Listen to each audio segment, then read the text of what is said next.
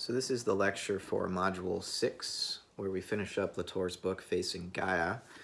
In the first part of Latour's book, we read about the figure of Gaia, who was brought forth through the really new paradigm science of James Lovelock, and that Latour wants to contrast to the old idea of nature.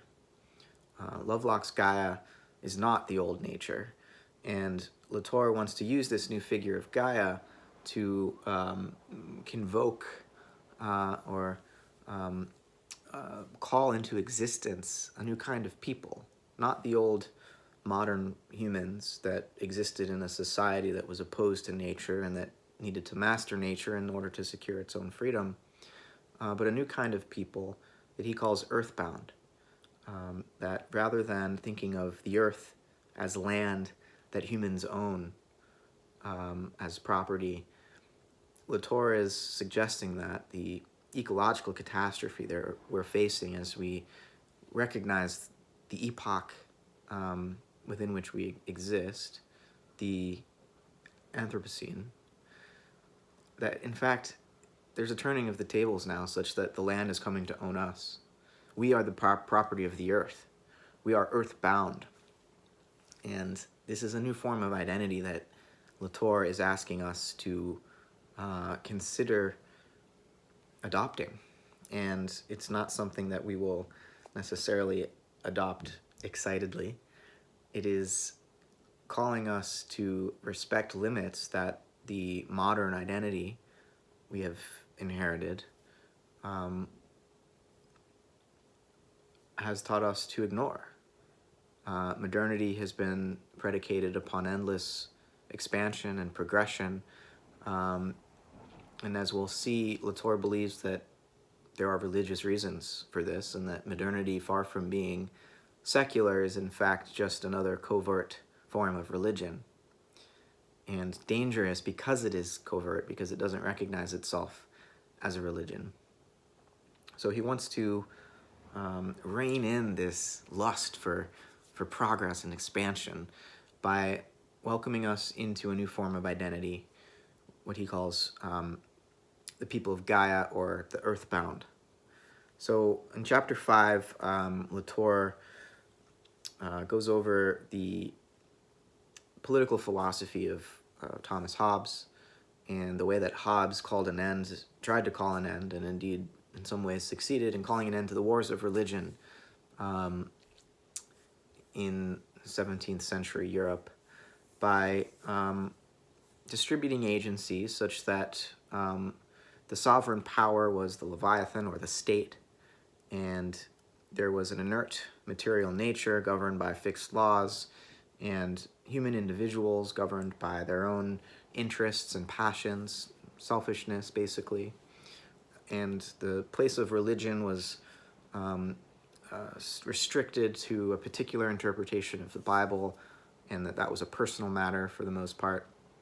And so Hobbes articulated this this new kind of constitution, if you will, that with the invention of the nation state, the fixing of the role that nature could play and the role that religion could play, the modern world was born, right?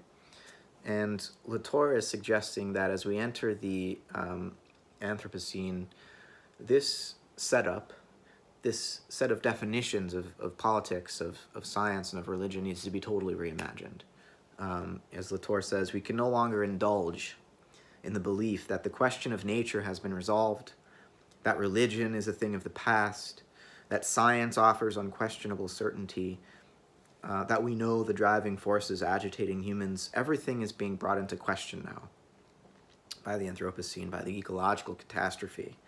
And Latour's project in this book, really, and especially in the second half, is to find a way of convening what he calls collectives, so that they can engage in a risky diplomatic effort, come to the negotiating table, and be able to define themselves, to articulate what divine authority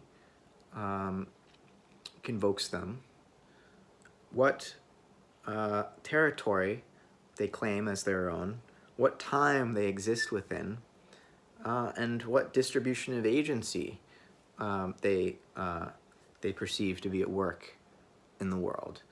And he thinks through these requests to define who and what they are and where they are and when they are, that each collective can then engage in an honest negotiation with other collectives about how to best subsist together on this finite planet.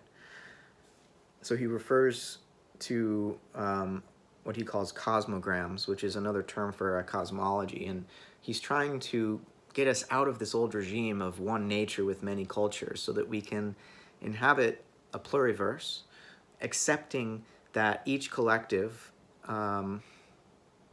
has its own cosmology and that we inhabit a creative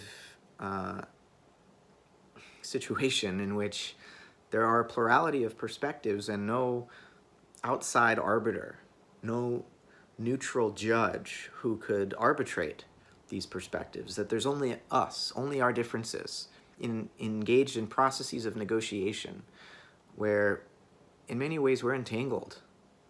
In every way we're entangled with one another. And so Latour is looking for a sort of diplomatic ontology where we engage in negotiation with one another, not with our interests already fixed in advance, not with our identities already solidified before we sit at the negotiating table, but we come into these negotiations with the understanding that we may be transformed through our interactions with others, through coming to understand the interests of others. My interests might change after I hear what your interests are. We might realize at the negotiating table that we're more entangled than we thought initially. And so when we leave the negotiating table, our interests are different than what we thought they were when we arrived, right? So that's the kind of situation that Latour is trying to convoke, right? A convocation of collectives so that we can come together and engage in this risky diplomatic effort. Risky because the identity of each collective is vulnerable to the influence of other identities. So in chapter 5, Latour introduces us to the anthropological work of the Egyptologist Jan Assmann, who did work on pre-axial religions and brought to our attention the pluralism that existed before the axial religions, Judaism, Christianity, Islam, and so on, were born. That in the ancient world, various peoples, various city-states would be able to translate their own gods, the names that they gave their gods, into the local languages of other peoples, and recognize by listing the attributes of their own god that, what you call Jupiter, we call Zeus, and so on. And so there was this pluralism, of relativism, you might say, and the question of ultimate truth for these ancient religions didn't become a problem worth fighting over. It wasn't until the birth of the axial religions, the Mosaic division, as Jan Assmann calls it, that an end was brought to this pluralism, because with Judaism, all of a sudden, the monotheistic religions, there was an insistence upon the fact that there's only one true God, and all other gods are false idols. There's no room for plurality in a monotheistic religion, and so Assmann actually refers to Judaism and the monotheisms that followed in its wake as counter-religions. And Latour will define religion as a form of non-negligence. And counter-religion then would be a form of negligence where those who belong to the people that call themselves whatever form of monotheism neglect the deities that convoke other peoples and insist that they have the only true God. And this sort of iconoclastic hatred is born, to where that for those engaged by, convoked by the god of a counter-religion, a monotheistic religion, it becomes necessary to neglect the religions of all other peoples.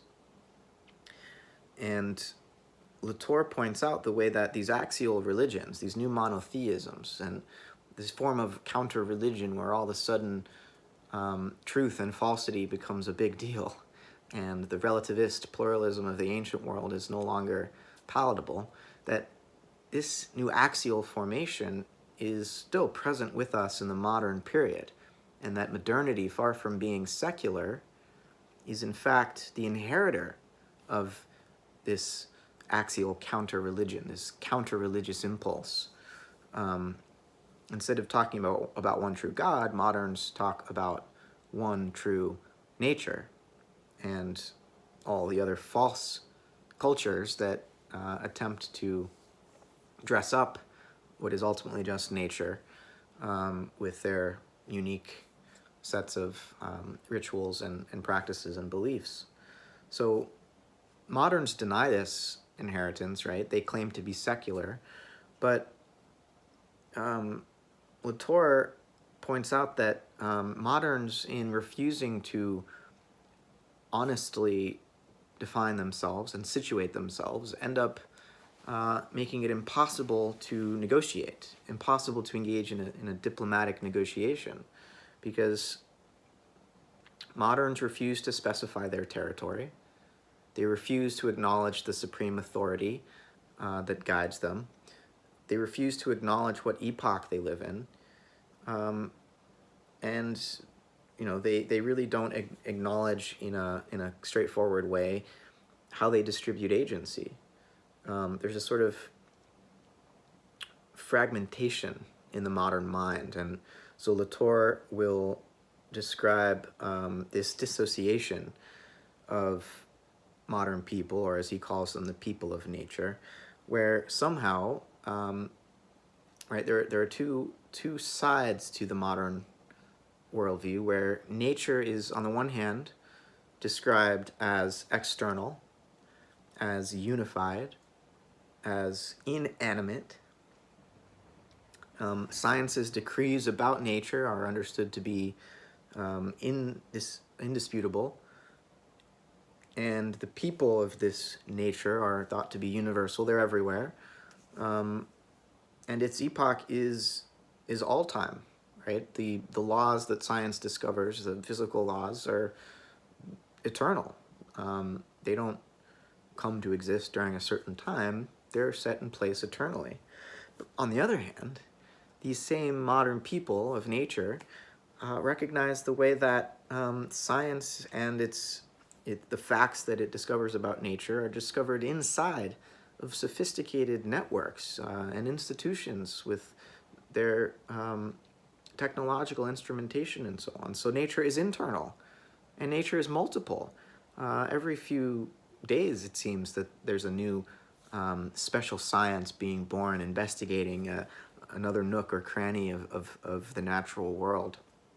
So nature is internal, it's multiple, it's animated, in the sense that, reductionism, which the theory of the reductionistic method is that it simplifies nature and allows us to explain a higher scale of activity based on a lower scale that takes place underneath it and explains the higher scale. And so through reductionism, so the story goes, gradually eliminate the number of agencies thought to be at work, such that we have a simplified story and eventually one equation could explain everything. In point of fact, while that was the theory of reductionism, the practice of reductionism has always multiplied the number of agencies and the complexity of their interrelationships. So science has not de-animated nature in practice. That was the theory it held about what it was doing to nature. But in practice, science has multiplied the number of agencies at work. So it's reanimated. It's constantly reanimating nature. And science is clearly controversial, right? Its truths are not indisputable. Scientists engage in debate with one another constantly about what the facts are and how to interpret them. That's what peer review is, right? And rather than its people being universal, at the same time, its people, the people of nature, are quite few, right? They're the experts. They're the scientifically educated people. And they live in a time which is not all time, but moderns recognize the way that they exist after a radical break with the people that came before them, right? Whether that be the scientific revolution or the Enlightenment, there was a revolution that separates the time before from the present time. So there's this split, this bifurcation in the modern mind between these two views of who they are. On the one hand, there's the first set of attributes that I described, that nature is external, unified, and inanimate, and that science's decrees are indispensable, and its people are universal, its epoch is all time. On the other side, that nature is internal, multiple, and animated, and that science's claims are controversial, and so on. These are like, it's like the left and the right hand of the modern mind are detached from one another. The left hand doesn't know what the right hand is doing, and vice versa. And so there's quite a bit of confusion. And Latour wants to clarify things by giving the moderns an account of their values that they would recognize, but that doesn't require bifurcating nature in this way. Because the problem has been that the people of nature have thought that they were at war with the people of creation, let's say. So there's the scientifically minded people and the religiously minded people. And in the modern period, this was thought to be the main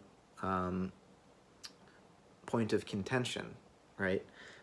Latour points out how similar the people of creation are to the people of nature, and that the God who the people of creation believe is ordering their religious vision of the world, it very closely resembles the nature that the people of nature believe orders their secular vision of the world. Just like the people of nature, the people of creation, the people of God orient themselves in a time after a revelation. Modern people orient themselves in a time after a revolution. When Latour will give the example of the evolution of the eye, and how the people of creation will over-animate the eye by giving supreme agency to a benevolent creator, whereas the people of nature will under-animate the eye by attributing its evolution to a series of chance events. Both of these perspectives, as far as Latour is concerned, engage in the nihilism of nothing but, right? For creationists, the evolution of the eye is nothing but the work of a divine engineer, divine designer. For the people of nature, the evolution of the eye is nothing but the work of a blind watchmaker, blind designer. And in either case, there is a very extremely atrophied understanding of causality, such that, as Latour repeats several times throughout this book, there's a view of causality that's shared by both the people of nature and the people of God or creation, that everything in the consequence was already in the cause, and that nothing surprising happens, whether it's God as the first cause, designing everything in advance, or it's randomness and determinism that similarly designs everything in advance. There's no adventure in the evolution of the universe for either of these two modern perspectives. And yes, the people of God, the people of creation, who are at war with the people of nature. These are both modern peoples, because a form of fundamentalism was born with the axial, the possibility at least for a form of fundamentalism was born with these axial revolutions, these counter religions. And Latour's point is that both the people of nature and the people of creation, who coexist in this modern period, are inheritors of this counter religion, inheritors of this form of fundamentalism, where there's one truth and no room for pluralism, no room for, if we don't want to call it relativism, we should call it relationalism, right? And by shifting us off of this polarization, out of this polarization, into a new way of imagining ourselves, Latour is trying to, in effect, finally secularize us, finally bring us into the world so that we can look at what our values actually are in practice rather than what we believe them to be or theorize them to be. At the beginning of chapter 6, Latour points to this date, 1610, as being rather remarkable for the way that it exemplifies the entanglement of science, politics, and religion. 1610 is one of the dates proposed by geologists as the beginning of the Anthropocene, because there was a measurable drop in CO2 levels around this time as a result of the reforestation of the North American continent. More trees meant more carbon was fixed in the soil. This seems like a neutral scientific description of something that just so happened to occur in the natural world, but turns out there was a political or politico-religious reason for this. 54 million Native Americans died as a result of disease and war, colonial invasion, as Europeans began to populate the New World. And so this political event had ecological consequences that could be measured, that had a geological consequence. The same year, 1610, Galileo published his book Messenger from the Stars, which in effect was humanity's getting rid of heaven. Modern humanity got rid of heaven after Galileo and the scientific revolution, and that, 1610, Galileo publishes this important pivotal work. 1610 was also the year of Henry IV's assassination. He was a king in France who was in opposition to the Catholic Church, who tried to create a new form of society that would be religiously plural again, and put an end to the wars of religion that were raging across the continent. I shared a link to a short essay I wrote on Giordano Bruno, who, as the myth of modern science would have it, was burnt at the stake for his heliocentrism and his opposition to an old theology, an old religious perspective. But most of the main reason that the Inquisition burnt him at the stake, the main reasons were political, not religious. Bruno was, in some way or another, an ally of Henry IV, who was interested in finding a new way to shape society such that multiple religious perspectives could coexist. And Bruno saw the heliocentric theory more in spiritual terms than in scientific terms. In purely scientific terms at the time, Copernicus's new heliocentric model was actually less accurate than Ptolemy's model. It wasn't until Newton's tinkering with the mathematics and creation of some new laws that it actually became more predictive than the old Ptolemaic geocentric model. So Bruno wasn't adopting heliocentrism because it was better science. He was adopting it for spiritual reasons, because as a Neoplatonist, putting the sun at the center just made more archetypal sense to him. And he also saw it as a divine heralding of a new type of social order manifesting on the planet. And Henry IV represented this. So 1610, this entanglement of science, politics, and religion is made evident by these various events occurring. It's a kind of synchronicity that Latour wants to draw our attention to. Latour then turns to the work of Eric Vogelin, who we were introduced to in Module 1. Eric Vogelin is a political philosopher, and he did a lot of important work on this notion of apocalypse and the way that modern people, in effect,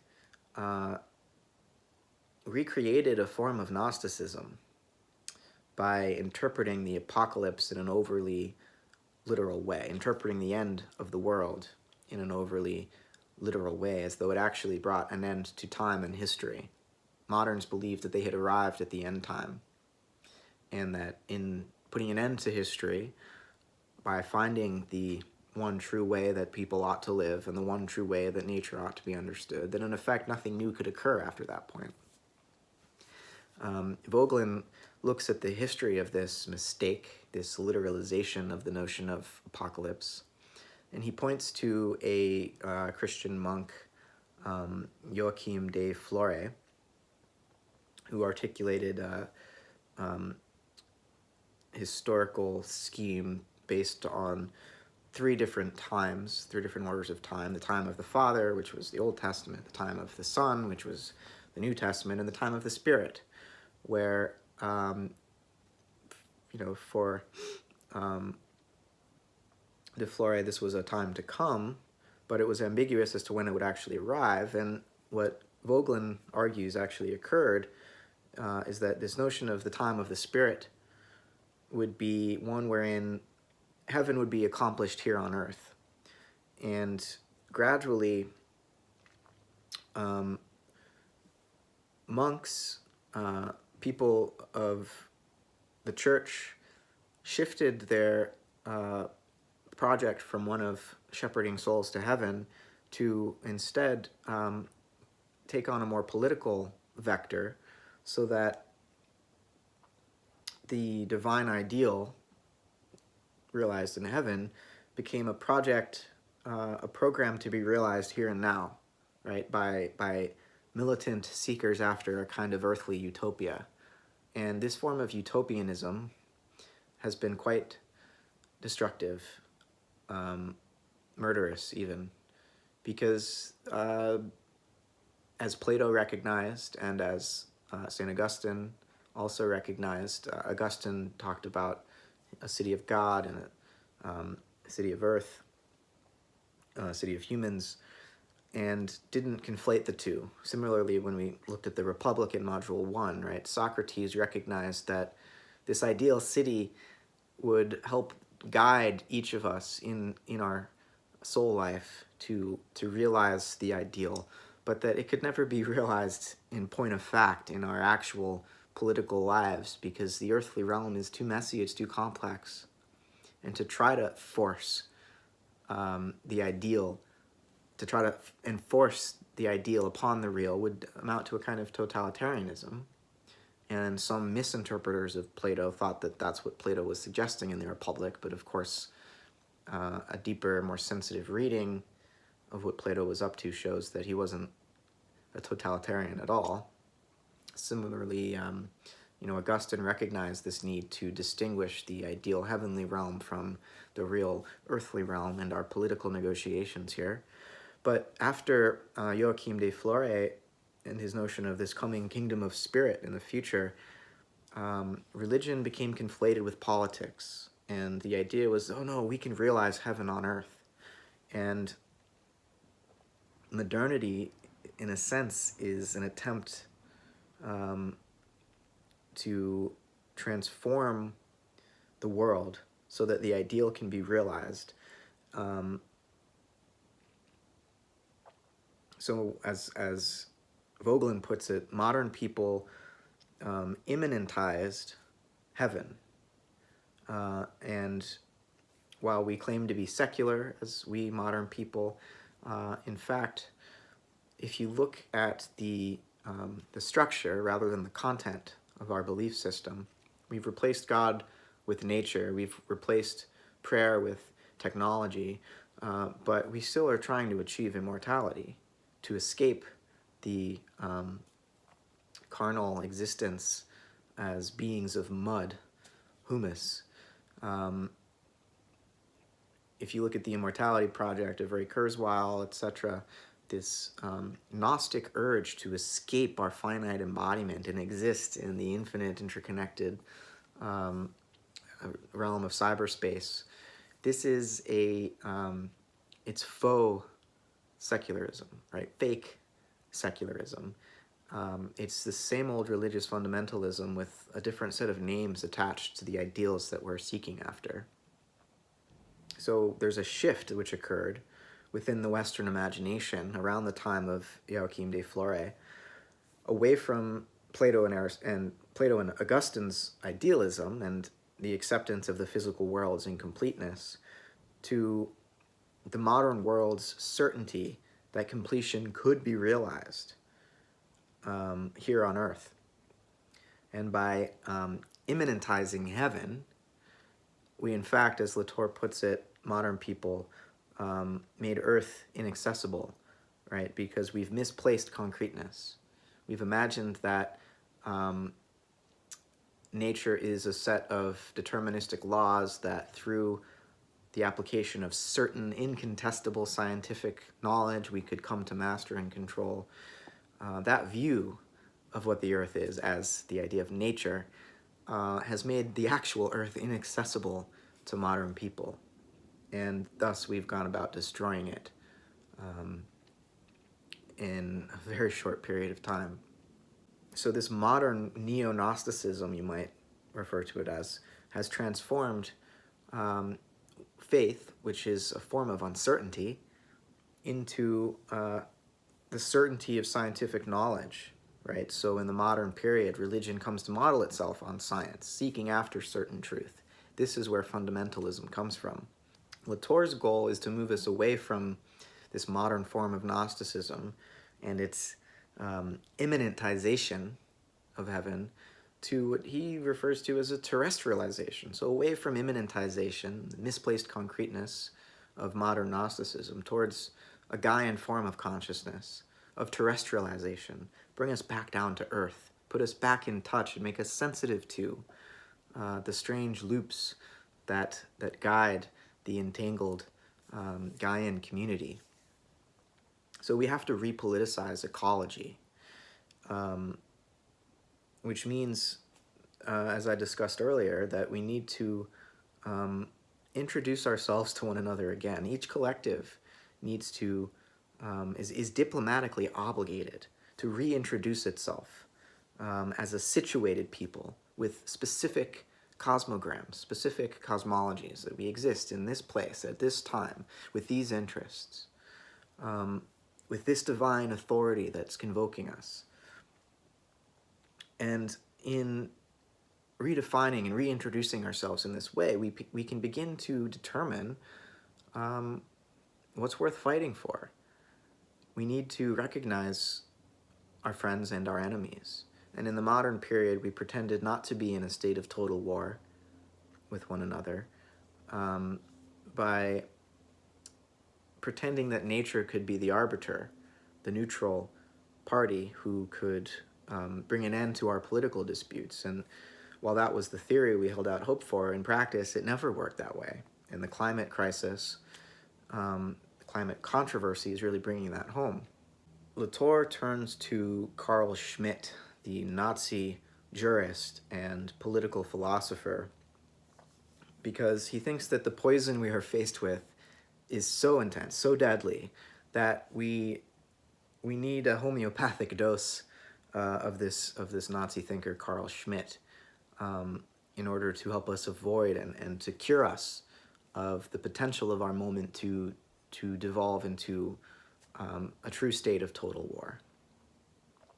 And he turns to Schmitt because of his definition of politics, which didn't fall prey to the modern confusion. For Schmitt, politics is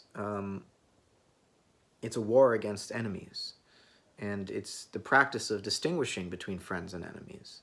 So it's not, as modern people have pretended, politics is not a negotiation with those that we might hope to rehabilitate, with those that we hope might be re-educated, in the sense that, oh, well, they just don't understand the way that nature operates, and with a bit of scientific information, we can convince them that, oh, this is the law of nature and you have to follow it. Instead, Schmitt accepts that politics requires articulating what we as a collective are willing to die for, right? Articulating what our territory is. And in articulating a territory, what that really means is, what other agencies does our agency as a collective depend upon? What's their extension? How far does the network of agencies that sustains us extend? And how is it entangled with other collectives and their network of sustaining agencies? There are many instances where the interests of one collective and that of another are incompatible. And if we can agree to come together to the negotiating table, perhaps each collective can find a way of changing its interests, of transforming itself, so that cohabitation is possible. But maybe it's not, and that's war. And sometimes war is inescapable. We can talk about the evolution of life on this planet as a kind of cooperative, symbiogenetic, creative process, but it's also violent and destructive. There are predator-prey relationships, and it's not entirely a kind of arms war, as many neo-Darwinians have described the evolution of life in this biosphere. But there's a bit of that. And so it's not like Gaia comes to bring peace. Gaia brings war as much as peace.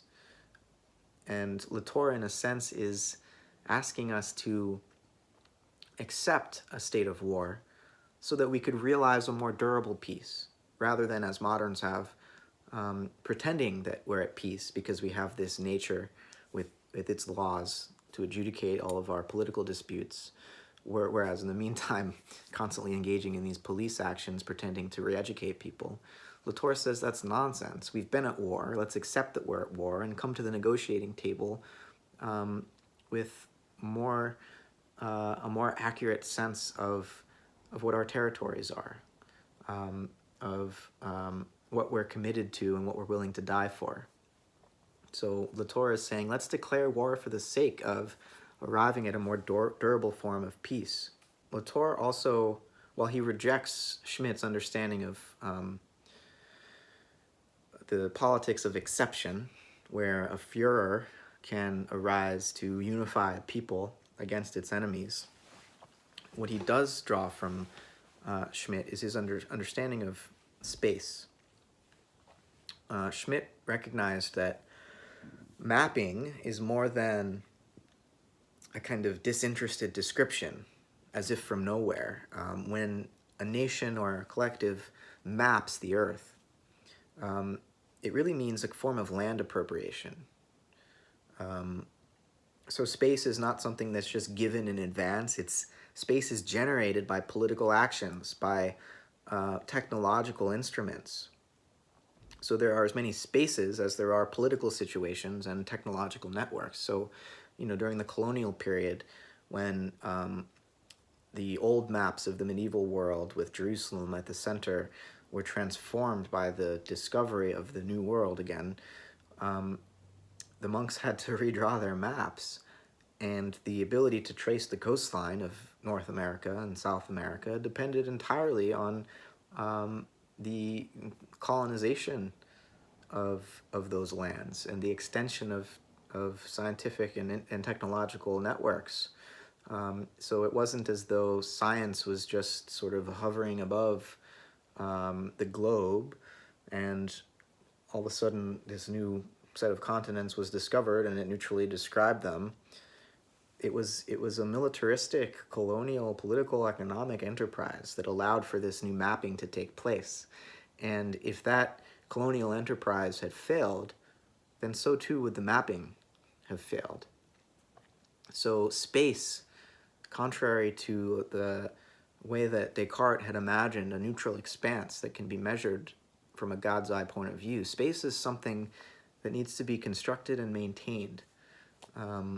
And Latour thinks that this is a more concrete and realistic understanding of how human beings navigate space concretely. So modern states, then, were born at the same time that these new continents were being discovered. And again, new I put in quotations. Obviously, people were living there for tens of thousands of years. But the notion of a nation state was born at the same time that these new lands were being discovered and conquered, and the states competed to enclose these lands, competed with one another.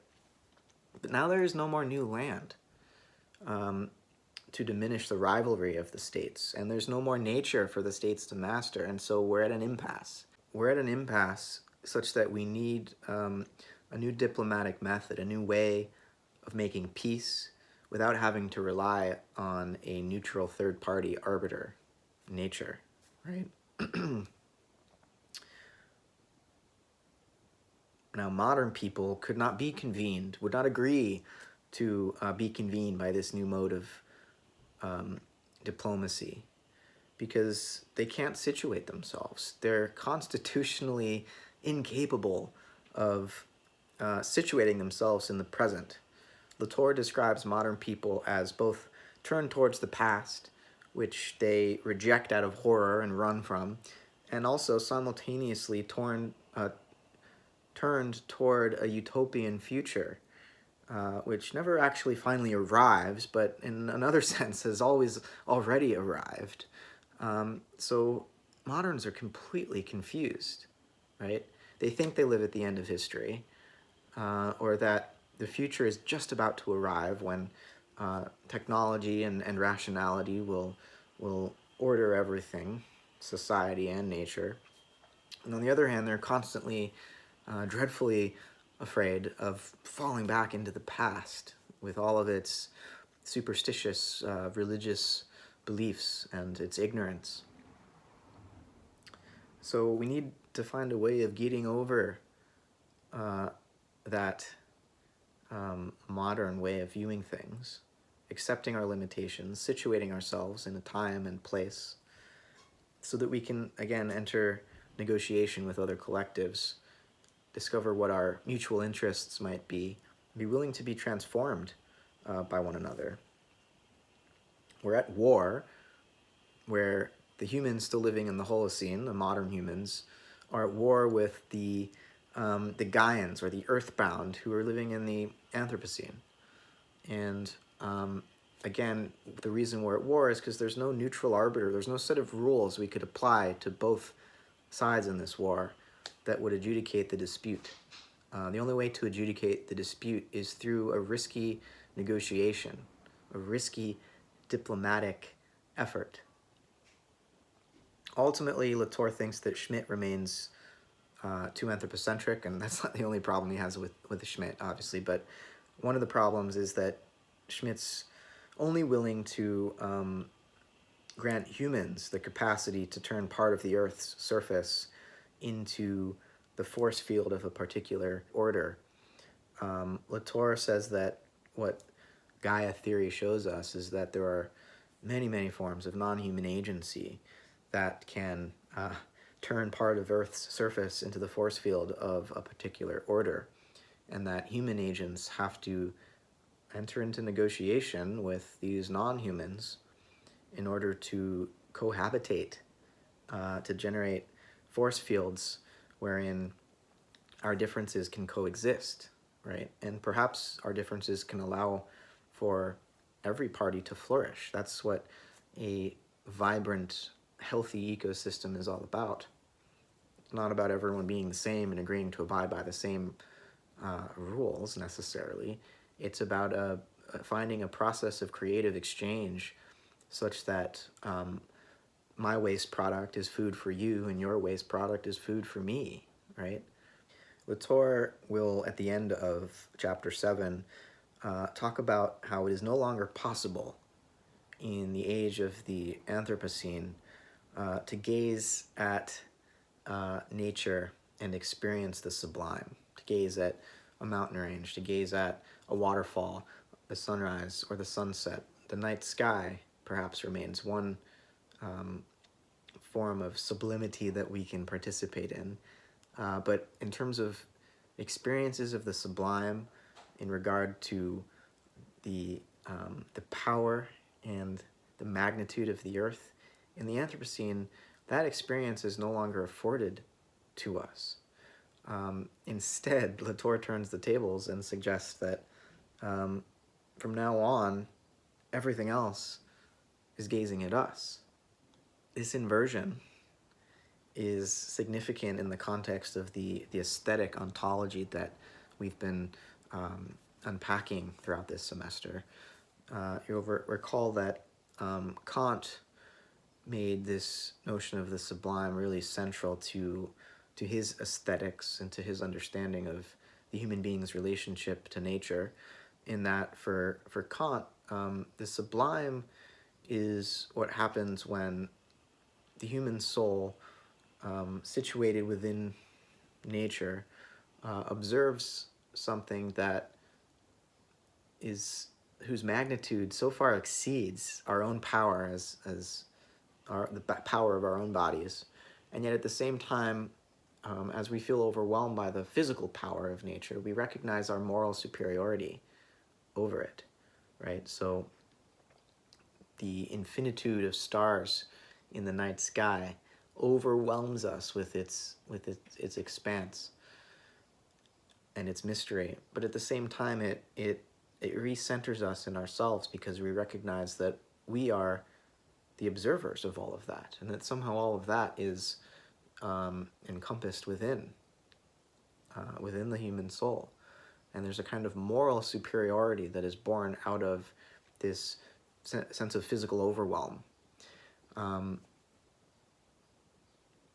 The sublime could only be experienced, though, for Kant if we were physically safe, at least for the time being. If we're standing in a valley and the dam just broke and the water is rushing towards us, there's a certain overwhelm at the magnitude of the rushing water, but because we aren't safe, we're not just observing and gazing at something sort of at a distance, we're rather physically threatened. That's not an experience of the sublime. And what's happened in the Anthropocene is that we can no longer look at the earth and the magnitude of its processes and feel safe, as though somehow our moral superiority as human beings protects us. Rather, in the Anthropocene, this bifurcation between the inner moral sensitivity of the human and the outer expanse and power of the natural world breaks down. Now human beings are a geological force, and Gaia has agency, moral agency, you might even say. So the tables have been turned, and we find ourselves in a totally new situation, one wherein, again, we need a new diplomatic method to engage collectively with the problems that we are facing. And in chapter 8, Latour discusses an experiment, a political experiment that convenes representatives, not just for nation states, not just for regions, but representatives for specific rivers and specific forests, for oceans, for the atmosphere. And they convene in this theater of negotiations in order to hash out their respective interests and how they might arrive at a way of coexisting with one another. And Latour points out that this is an example of how sometimes art is more helpful than theory or than philosophy, even, for helping us to imagine what might be possible. And so this theater of negotiation was put on by a program at university in Paris by the political arts department, not political science, but political arts. And it's an aesthetic experiment. And through political simulation, Latour thinks that this event was able to help him imagine a new way of negotiating power in a Gaian epoch, in the Anthropocene, when nation states are just one actor at the table and where their sovereignty has been redistributed. Nation states, Latour says, will need to come to share sovereignty, to share power with other agencies, as will corporations. Because nation states and corporations, they're not equipped to respond to climate change. Nation states and corporations are solutions to a 400-year-old problem. And we need new solutions in order to face the Anthropocene. And, you know, Latour will acknowledge that some people might find it absurd that forests or rivers would find political representation in these legislative bodies. But he points out that it's, you know, political representation has always been a fiction. Whether it's people claiming to be represented by politicians in a republic, or forests or rivers represented.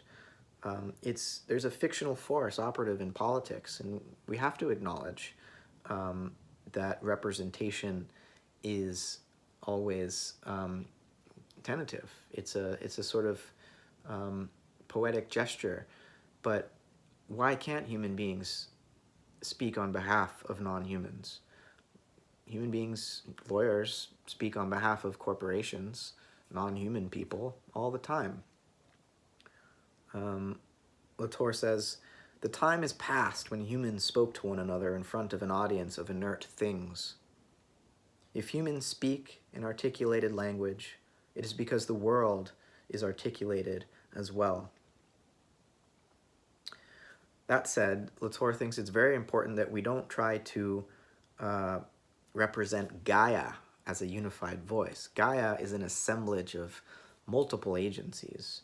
And so to try to speak on behalf of Gaia as though Gaia were some global government that could direct all of our activities, that's a mistake. We need to find a way between total war on the one hand and global harmony on the other. These are both not ideal pathways forward. We need a way of engaging with the multiplicity openly and honestly, being willing to be transformed through encounters with difference so that we can come to continue to evolve, co-evolve together symbiotically, thereby reversing the mass extinction that is occurring because modern humans are so insensitive to the territory that they actually inhabit. And again, art has an important role to play here because we need to find a new way of visualizing the map of the earth after nation states have accepted that they need to share sovereignty. What does the earth look like? How can we display it so that our human eyes can understand the way that power is being redistributed and agency is being redistributed? The old globe isn't suitable for the Anthropocene. The old globe is not the Gaia that we need to map today. Latour will talk about this notion of externalization that has guided corporations in the modern period, where it's a kind of calculated negligence, you might say. We need to, in the Anthropocene, find a way of internalizing rather than externalizing. Internalization of the needs, the interests of all the agencies upon which we depend, rather than externalizing it. In effect, Latour is calling for an expansion of politics beyond the human, to all agents that can be recognized by tracing their feedback loops, right? And so to the extent that we become sensitive to the activity and the feedback loops of a set of agencies in the non-human world, it's to that extent that we can then, as humans, represent them within our, give them a voice at the negotiating table. If we're not sensitive to their activities, we can't faithfully represent them.